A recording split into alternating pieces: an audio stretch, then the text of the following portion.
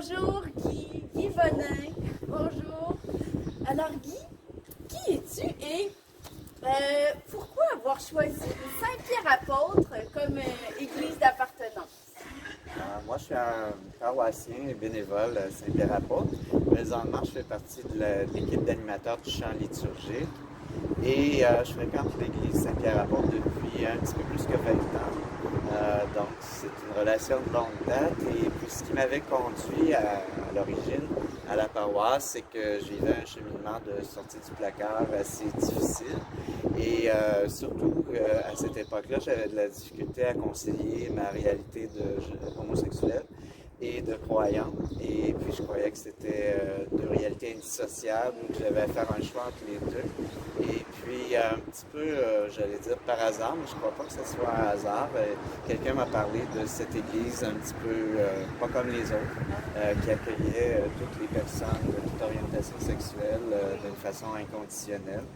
Alors, je suis venu une première fois par curiosité pure, je dirais, mais il y a quelque chose qui m'a accroché et je suis retourné. Ça continue comme ça depuis 22 ans bientôt. Oui. Puis je peux confirmer que Guy chante bien. On a le bonheur de l'entendre à l'occasion. Guy, est-ce que je peux te demander... Alors, bientôt, le 17 mai, nous allons souligner la journée mondiale de lutte contre l'homophobie et la transphobie. Alors, qu'est-ce qui fait qu'aujourd'hui, dans notre société, on a encore besoin de souligner des journées comme ça? Là? Comment tu dirais?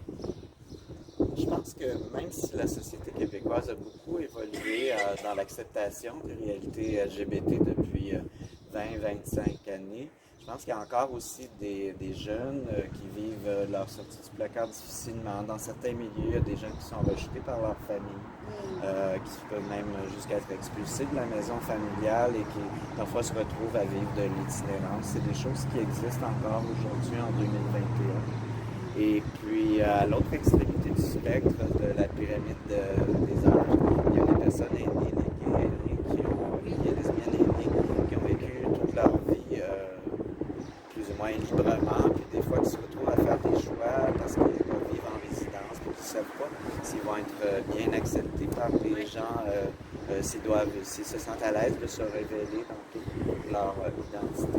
Oui. Alors, il y a encore beaucoup de zones à travailler. Pour ça, ça m'apparaît pertinent. Et je voudrais pas oublier aussi la réalité des gens des communautés culturelles, parce que c'est facile peut-être d'oublier qu'on a eu beaucoup d'avancées sur le droit des personnes LGBT au Québec. Il y a beaucoup de pays qui ne vivent pas ça de la même façon, où l'homosexualité, l'identité transgenre peuvent être condamnables par la loi, Oui. ou quand on a des peines de prison ou même des peines de mort dans certains coins du monde. Et il y a des gens qui nous arrivent de ces pays-là qui ont vécu cette réalité-là et qui ont besoin de se sentir, d'être soutenus, de se sentir accueillis ici. Wow! Oui, c'est donc encore très important de le souligner, Oui, n'est-ce pas? Le combat n'est pas terminé. Non. Une petite dernière chose en terminant que vous voudriez ajouter, Guy?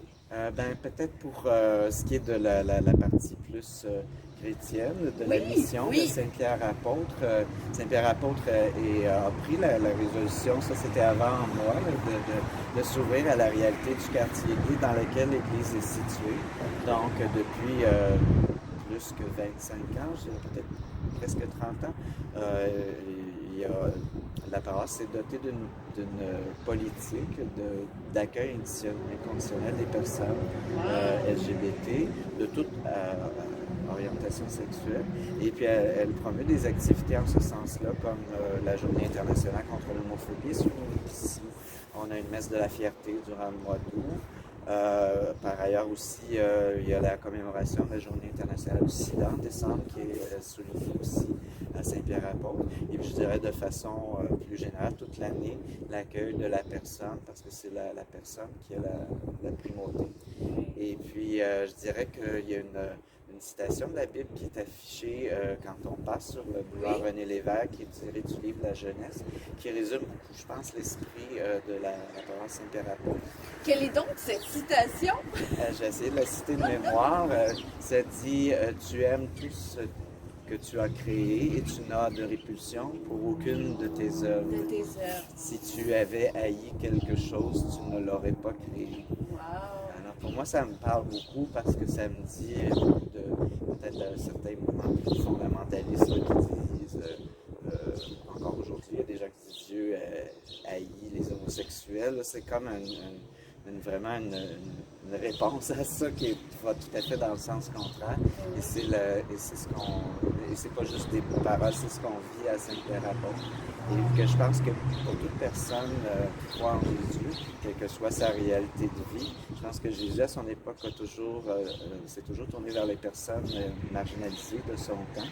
Et puis, il n'a fait aucune discrimination envers les personnes parce qu'il y avait dans son attitude le respect de la personne au-delà de tout.